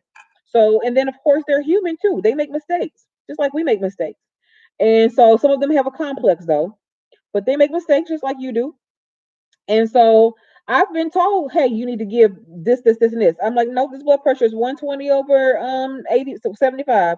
I will not be giving no 10 milligrams of morphine. If that's something you want them to have, then you can go ahead and give them the morphine, but I won't be giving the morphine. Meaning they can go do it themselves. I won't do it. I will not do it. And if they want to write me up for that, that's fine, but I'll have a license. Write me up, but I'll have my license still. And so those are the things you have to think about sometimes. You'll have physicians who are writing orders for things that does not meet your patient's needs at the time. Well, they said they were in pain. Well, yeah, they are, but their blood pressure is too low for that. I need something else. So you have to be able to speak up and advocate for your patient. Because you have to be able to quickly think and think ahead and say, okay, you know what? Let me think ahead of the situation. Let me think. Um, you can appeal a write up. Yeah, you can.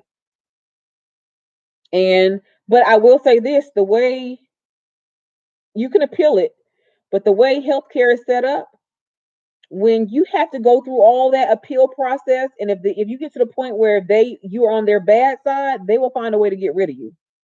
So, sometimes you have to take the L and move on to another job because you realize that the toxicity in that environment is so bad that you don't want to be there anyway. Because you could have did all the right things and you get in trouble for something, but the people who do the wrong things don't get in trouble because they're friends with management. So be mindful. They're friends with management. So if they're friends with management, they can get away with things that you can't get away with because of the fact that they friends with management, and it could be wrong. It could be against policy and everything. So you best to believe if you're not part of the clique, even if you're doing the right thing, they may find a way to get rid of you, or they may make you feel so uncomfortable that you leave on your own. So yes, you can, but you just want to be mindful that they can do that to you, and they will if they don't want to bother with you or don't like that you're disturbing their aura, their peace there. Um, So just yeah, it can be that way sometimes. You just have to know where do I fit in at where what space is good for me. So all right, y'all. It's been about an hour and a half, and I've enjoyed. I did not put up videos this week because I've been working, or getting ready for work. So I did not put up videos this week, but I will start back putting up videos on Monday, and I will get that done. Yep, you're right. Mhm.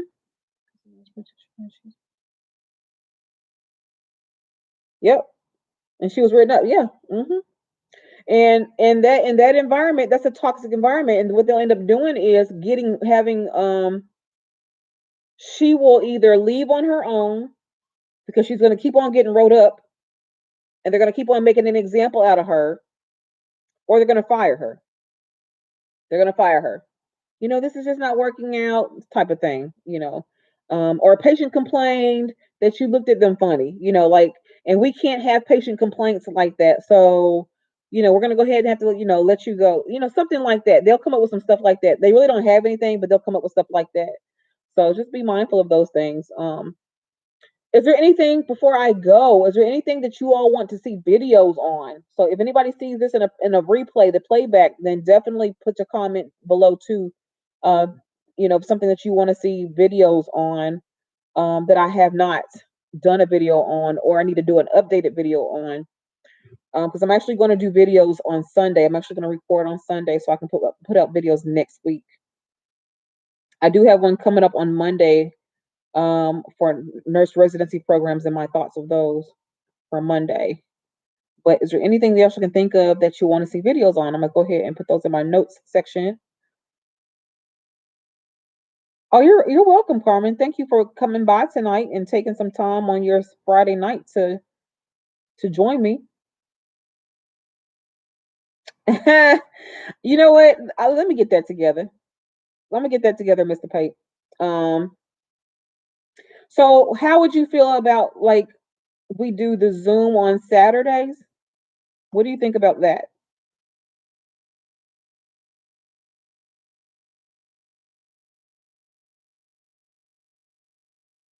That's a good one.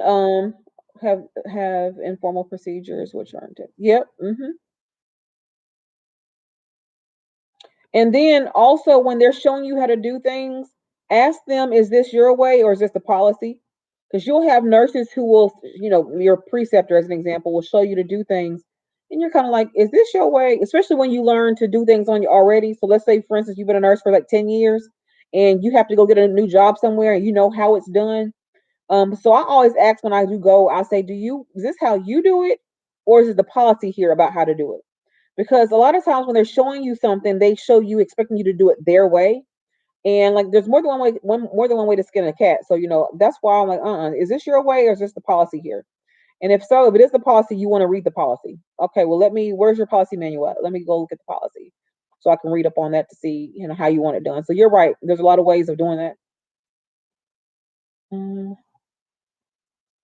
I do have a video on that one already about how to stand up against doctors. Now, when you're talking about that, are you meaning just in terms of being assertive? Because I do have a video on that. I think it's called being assertive. It's called something. Let me hold on. Let me see. Let me look on my phone and see it. But I think I do have a video on that. videos.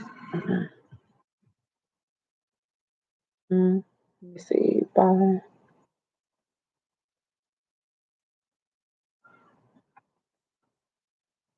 I think it is called. Hold on. Let me see.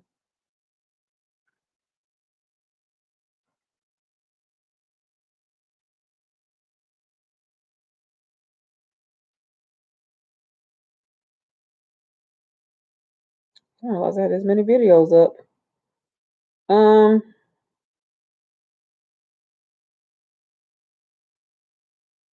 I have a video called "Trusting Other Nurses" on here too that you should check out because a lot of times you'll trust people just because they're a nurse and they're not good.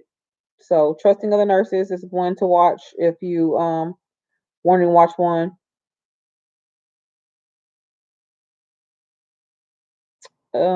What's it called? Let's see.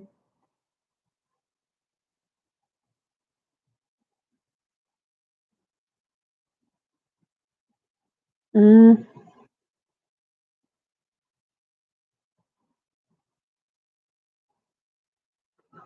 I don't know. It's something being about being assertive though. It has those words in it about being assertive. Let me see if I can find it. But if not, it is in here somewhere. I don't think I realized I had this many videos.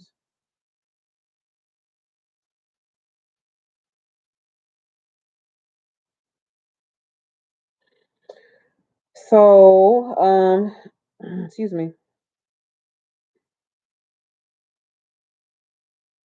I have one in here called Advice to Past Self, and this is over a year. It's a year ago.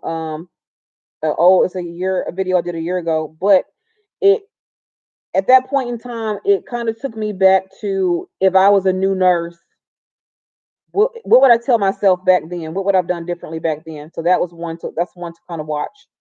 Um, my advice to my past self. Like if I had it to do it all over again, what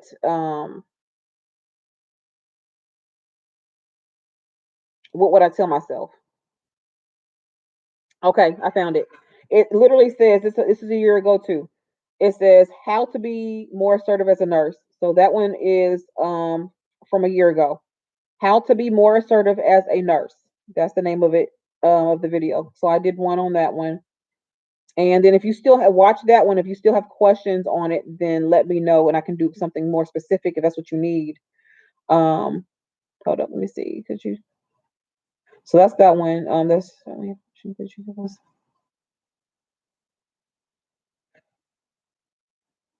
nursing subscribers. Some research into topics on so we can add to talking points.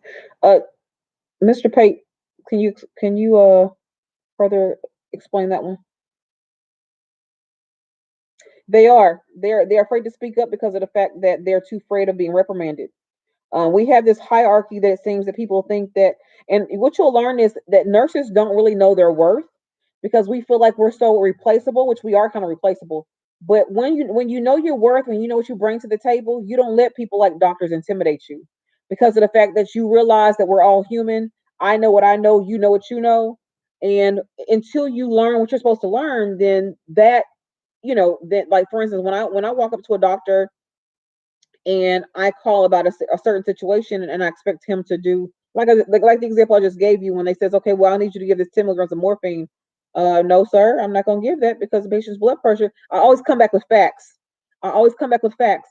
No, the patient's blood pressure is 110 over 60, and the heart rate is 60 right now. So I don't think that's safe to do. I'm not going to give that much morphine. Would you like me to give Toradol instead?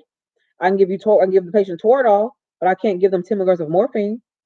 So like when you come back knowing what you're supposed to do, you get more comfortable with being able to say what your situation is. It is very nerve-wracking to call a physician for the first time when you don't know how they're going to react, or they're going to chew you out or whatever. I guarantee you every last one of you will get chewed out at some point in time when it comes to these physicians. You will, and it will you may be mad, you may cry, you may do whatever you're going to do, but what it teaches you, for one, about how bad a person they are, they got to chew you out. And then if you called at 3 o'clock in the morning for some Colace, well, I can see why they choose you out. You don't call about certain things like that at 3 o'clock in the morning. That is not a need at 3 a.m. I don't care if the patient wants it. We will call the physician about that at 7 or 8 o'clock in the morning. We're not going to call at 3 o'clock in the morning about no Colace. So you just kind of have to be able to think through a situation and say, okay, you know what? Is this something that I need to call for right now? Or is this something that I can wait till tomorrow morning on? Patients will say, I want some Robitussin, I'm coughing. Well, if they're coughing and coughing and coughing, I may call later on, but I'm not going to call right then at 3 o'clock in the morning. So you just kind of have to know when and how, and how to navigate yourself. Or you can ask another nurse that you trust, a nurse that you trust, and simply say to them, what do you recommend, or how is this physician? How do I handle them? And they may say, hey, with this physician, make sure you have this information, this information, this information when you call them. I don't care if you call them for collates. Have all this. They're gonna want to know everything. So ask other people too how they handle situations like that, and with certain doctors, and see how you go from there. Because of the fact that the doctors bring money to the hospital, the nurses don't. So doctors bring money to the hospital. Nurses cost the hospital money. And it's not that you can't, it's just that you don't want to because you don't want to lose your job. So see, once you have options, you don't care about that. Because one thing about me, you're not gonna disrespect me. I'm not so when I say that they can chew you out, professionally they can't. They're not supposed to, but we all know that does happen. So I would simply say, because of the fact that they bring in money, that's what the manager's gonna tell you. Oh, well, you know what? They'll say something like, that's just how he is, or that's just how she is. Okay, then you're gonna be like, well, this is just how I am, and you're not gonna disrespect me, type of thing.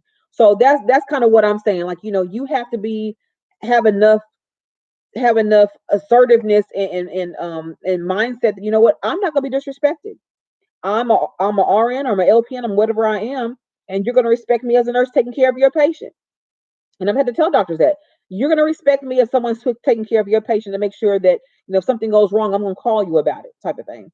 So, not that it's okay. It's just that that's just you're going to hear, that's just how they are. That's the words they're going to use. That's just how they are. Okay, well, this is just how I am, and exactly how I tell the man, just how I am. So therefore, I guess we both got to live with each other then. And he gonna have to live with, I'm gonna have to live with him, chewing us out, and he gonna have to live with my mouth, me telling him he's not gonna chew me out. So if it don't go both ways, I'm not having it. Because what can happen is, if you have a good manager, she can they can be wrote up too. Physicians can be wrote up too, because that's how they lose privileges at a hospital. If they get enough trouble, they can lose privileges at a hospital. So, and right, we do. Oh, you said maybe have some nursing topics that soon to be nursing students can research, or topics that current nurses can research to benefit. Oh, in the Zoom class. Okay, I see what you're saying. I see what you're saying. So basically, we have a topic, in that way you know in advance what we're going to be talking about, so we can bring something to the table. Basically, that's what you're saying, Mr. Pate. That we could, that we would have topics, and then, on, let's just say, on this particular Saturday, we're going to talk about whatever, and then you could talk, So, like, for instance, when we were talking about imposter syndrome, was it you who asked about imposter syndrome last week, or sometime? But yeah, okay, that's what I thought you were trying to say. So yeah, I could say we're gonna talk about imposter syndrome on this particular day. So that way, bring something to the table in terms of, just let's have a conversation about it. What are your thoughts about it? Yeah, I remember that. So yeah, that's fine. That's what we'll do. Have some topics. And then, honestly, because it's going to be nurse centered, because it's not really about me, it's about you all. So we would discuss things that you want to talk about, because maybe there's some things that's going on in your program, or your school, or your whatever, that's not talked about, or people in mainstream is not talking about it. They're not talking about it at school. So as an example, I had somebody on TikTok ask me, their question was, did I think that Caucasian instructors have it out for, or make it harder for, African Americans, Asians, and Hispanic students, basically minority students. Did I think that they have that? And we had a discussion about that. So, that may be something that person's going through, but sometimes people are afraid to ask questions because of the fact that it's a taboo topic.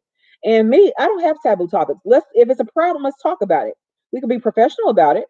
We can state how we feel, because I really want to have an open forum where we can be professional, not putting anybody else down, but really explain our situation, or explain how we feel about something.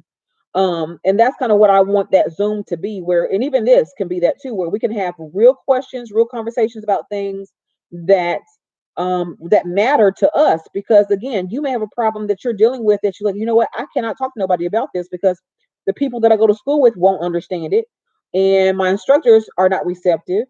And how do I handle the situation, type of thing? And I guarantee you, somebody done been through it before. At least I probably have. So I think that that would be a great way to, have that. So when I do introduce the Zoom, I'm going to, put a poll on the community tab. I'm going to put a poll on the community tab that says, maybe not maybe at a poll, but kind of list some things you want to talk about. We're going to start doing the Zoom, or I might do a video about the Zoom, and then maybe in the comment section have people put under that one, what do you want to talk about? I may do it the video way, because that way it'll stay up, it'll stay where people can look at it. I might do that. Um, so that we're going to move, that we're going to move to, or we're going to include Zoom and what topics you want to talk about. Because I do want it to be nursing centered. I want it to be student centered or nurse centered to talk about these issues, not necessarily where I am um, always bringing something to the table. We just elaborate on it. I think we just need to have, like, it's kind of like having a roundtable discussion about whatever happens to be, but except it's going to be via Zoom. I think that would be a great way to do that on probably on Saturdays, to be honest with you. So I can keep the live on Fridays and then do a Zoom on Saturdays for the ones who want to do Zoom. So I think we'll probably incorporate that. But I'm gonna probably do a video this weekend, talking about that, and maybe people wanting to. And like I said, even on this video here, if you think of some topics you want to talk about, list them in the comment section below, and I can get them from there, as well as I'll make another video on it, talking about it, so we can kind of discuss what we want to talk about each week, or however often we do it. So I think that'd be great, because honestly, it's things like this. It's things like this that actually get you through nursing school. People don't realize it's not that sometimes you have the class down. Like, okay, I can study for the class. Um, I can go to clinical, but it's the politics behind nursing that stresses you out. If that makes sense, it's the politics behind it all that stresses you out, and you're kind of like, okay, I got my class down, I got my clinical down, but nobody ever told me that the environment was this toxic. And for me personally, that was my issue. No one told me. I did fine with class overall. I was a B student in nursing school, and I did fine with clinical overall. But nobody would, nobody talks about the politics of nursing. Okay, I'll do that. Let me put that here, right here. So my email, if you all want to talk about something, or you want to whatever, should I spell correctly? .com. Okay. So there it is. It's Marita at the melaninrn.com. Let me see if it's going to let me pin message. Okay, that's what I want to do. I'm going to pin it to the top. So it's at the top. So Marita at the melaninrn.com. And yeah, that's spelled correctly. Marita at the melaninrn.com is my email. So if you want to email about something, or if you have a topic idea that you want to talk about, and we kind of, talk about it together before we present it or do something, that's perfectly fine. But I just really want to make this a forum where we can just openly discuss whatever nursing related, or whatever, or implications in nursing.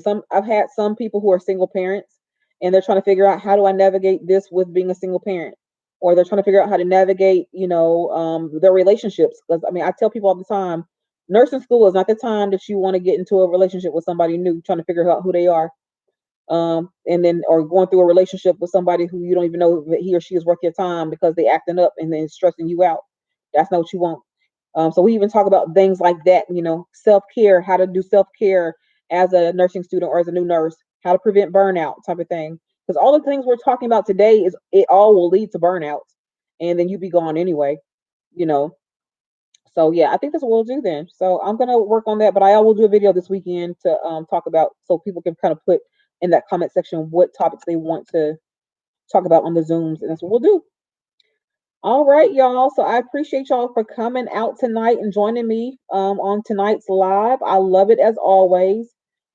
Keep it coming. I look forward to seeing you all weekly, or however how often you all can pop in, because I know you all work and do things. You have a life outside of this. So I think tonight's the first time I'm not even going to go out tonight. Usually I'm going out every night, but I'm not going to. Holy Field and Children. It's my pleasure, Mr. Pate. I'm glad you found me, because I remember when you first email or first message, you said, "Is this channel, is this live only for subscribers?" I'm like, nope, it's for anybody who wants to be a part of it. Anybody wants to be a part of it, because I'm here to do, I want for you all what I didn't have. And again, I did not have a bad experience in nursing school. I didn't. I can't even say there was a bad experience. I had some rough parts, but I didn't have the bad experience. I just didn't know what I didn't know until I got out there, and I realized, I'm like, dang, well, why come they didn't teach this in school? I know why they didn't teach it, because it's not part of the curriculum and it has nothing to do with NCLEX. But I think you could save a whole lot of nurses if, even in clinical, you talked about, maybe for post conference, they talked about a few of these things. It would be great if they just talked about a few things for post conference, like, okay, you know what? There is a such thing as nurse bullying, or, when we talked about imposter syndrome last week, I'm going to talk about that on TikTok. I'm about to go to TikTok and get on live there for a few minutes and talk about imposter. If I don't do that, I'll do a video. But on imposter syndrome, like you were talking about, Mr. Pate, because I'm like, you know what? People don't even know what this stuff is. People don't even know that. You just brought up a great point. How do you handle that? How do you feel about that? And why do we feel like we are out of place when we're not? And it's because of the environment that we're in. And if one person feels it, you best believe somebody else feels it. So go DMP and teach focus on mental health. Should I get an MSN? Yes. Oh, either way, you can go. Okay, so you could go get your PH. You could be a nurse practitioner in mental health and still teach. So I would say go do the you want to teach, go do the nurse practitioner, so you could actually have the experience from what you're teaching. And then you will be teaching mostly at the master's level at that point in time, which is great. So go get your PMHNP. And then what you could do is, if you really wanted the nursing education, you can go get a postmaster certificate in nursing education. Basically what that means is you will get your nurse practitioner first, and you can go teach without having a master's in nursing education. With that degree, you would just be teaching that subject matter. But let's just say, for instance, you wanted to also have that master's in education. You would take what's called a postmaster certificate. And that postmaster certificate will just require you to take those classes specifically to education. So you have a whole separate certificate for that. Well, you'll have both of them, but you can only but in terms of how you're asking the question, I would say go do the PMHNP, so that you can go work as a nurse practitioner, get the experience, and then have something to come back to actually teach the students, because you're going to be teaching them what you actually do. You're going to be talking about to your students what you see in practice. You're going to be talking to your students about, you know, what schizophrenia really looks like. And you're going to be giving them real live examples, or maybe of patients that you have, or maybe if you're working with the elderly, maybe dementia or something like that, and what dementia looks like. And I know in nursing school, for instance, in nursing school, they tell us to use therapeutic communication when it comes to dementia patients. But let me tell you, in the real world, therapeutic communication does not work when they're in those advanced stages of dementia. It does not work when they're in those advanced stages of dementia, because what you do is you agitate them even more, and you make it worse for you and everybody else. So when it comes to those advanced stages of dementia, I go into their world. You mentally go into their world, and it makes for a better night. It just makes, or a better day, especially if they're sundowning or something like that. I do not buy into what we learned in school about that in the late stages. Early stages, yes, you can reorient them and do all this everything, but once they get their mind fixed on something, you go right into their little world. And like, for instance, I had a lady who, she went back into the stage of having, she needed to have a baby doll. We gave her a baby doll because she needed a baby. And she would tell us, oh yeah, this is, and the baby's name changed every day. The baby, every time you asked her what the baby's name was, it would be something different. So this particular day, the baby's name was Patricia.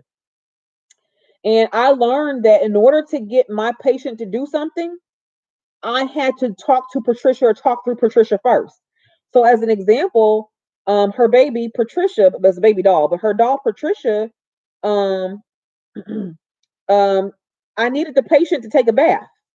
I needed her to take a bath that day, or get showered that day. And so what I would do is, what I learned about Patricia, like, she loved her baby. She loved Patricia. So, or whatever name it was that day. So I would go ahead and get Patricia. The doll had clothes and everything like that. Patricia had clothes and blankets and hats. I mean, we had a baby. We had us a baby. We were changing diapers the whole nine. Whatever we needed to do to be in her world is what we did. We was not about to sit there and say, well, this is not a real baby. That's the last thing you want to say to somebody like that. So what I did was, I said, okay, well, I'm about to go ahead and give Patricia a bath. What clothes do you want her to wear today? And so she picked out her clothes, And so I said, okay, well, I'm going to give her a bath, but since I'm getting her a bath, I need you to go ahead and take your bath too. So you'll be ready to take the baby back when I finish giving her the bath because I need you to be ready to take your baby. And that's how I got her to do stuff all the time. I said, okay, well, I'm about to get Patricia or whatever the baby's name was. Sometimes his name was Bobby. Sometimes his name was John. Sometimes a girl, sometimes a boy. Whatever happened to be that day, I just went with it. And I put the baby's clothes on accordingly. So if it's Bobby that day, it was a boy that day, I had boy clothes on him. It was a girl that day, I had girl clothes on him. I swallowed that doll. I put the hat on that doll. I would literally walk the doll and whatever I needed to do to keep her happy and to keep her to do what I needed her to do, that's what I did. And we had great shifts. I had no problems out of her. If I needed her to go to bed to take a nap, I said, okay, Patricia, it's time for Patricia to take a nap. And she needs her mama to take a nap with her. Um, as an example. She's like, yeah, I need to sleep with my baby. Yes, you do. And I would sit there and put the mama to bed. Now, mind you, this lady's about 75 years old, but put the mama to bed, and I'll take the baby swaddled, and I'll put the baby on her chest. And I'll put the baby on her chest, just like some of us mamas do. Put the baby on her chest. Well, you know you're supposed to sleep like that, but again, you know it's not real. And don't you know the baby and the mama will go to sleep, and we have a good night, and that will be that. I know, but that's I hate to be that way. I'm not trying to be disrespectful towards the patient, but that's just where you have to go with them. So as I'm telling you this, because I don't do mental health, I'm not a mental health nurse, but I have dealt with so much stuff in my nursing career. I've taken care of all kinds of patients. Um, because I did take some students to the LTC, and that's how I learned so much about dementia. Plus, my mother had dementia too, so I know how that works and how you have to go into their world because otherwise it tears you up if you don't. But that is how it is. That is how it is.